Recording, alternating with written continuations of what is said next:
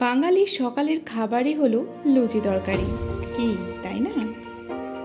আসসালামু আলাইকুম viewers, welcome to my channel wanderlust bites. আজকের লুচি তরকারি গল্প শুনতে হলে অবশ্যই চ্যানেলটি লাইক, শেয়ার অ্যান্ড সাবস্ক্রাইব করে দেবেন। কাতারে থাকলেও মনে মানানো তো বাঙালি, আর বাঙালি মানে লুচি তরকারি। তার জন্যই সকাল সকাল গাড়ি নিয়ে বেরিয়ে পড়া সেই লুচি তরকারি খোঁজে। এইখানে কিছু সাজেস্টিভ মেনু দেওয়া আছে, যেটা দেখে নিজের পছন্দ মতো খাবারের অর্ডার দিতে পারে। এই হলো সেই ছোট্ট দোকান লুইন রেস্টুরেন্ট, যার উদ্দেশ্যে এখানে আসা।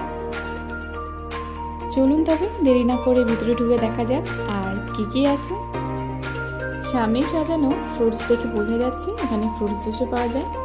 সকাল সকাল হলেও নিজেদের পছন্দের খাবার খেতে অনেকেই এসেছেন এই রেস্তোরাঁতে।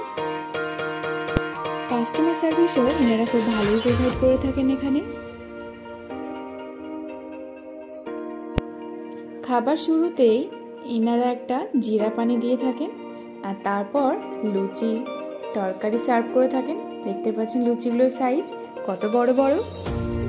আর লুচির পরে চলে আসে সেই তরকারিটা। এবার শুরু হবে খাওয়া দাওয়ার পালা। নিশ্চয়ই ভাবছেন অনেক বেশি দাম নেবে, মোটেও না।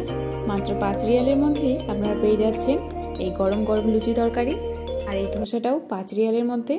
আজকের জন্য এতটুকুই। নিশ্চয়ই আপনাদের ভালো লেগে থাকবে। কমেন্টে জানাবেন, লাইক, শেয়ার অ্যান্ড সাবস্ক্রাইব করবেন। Thanks for watching.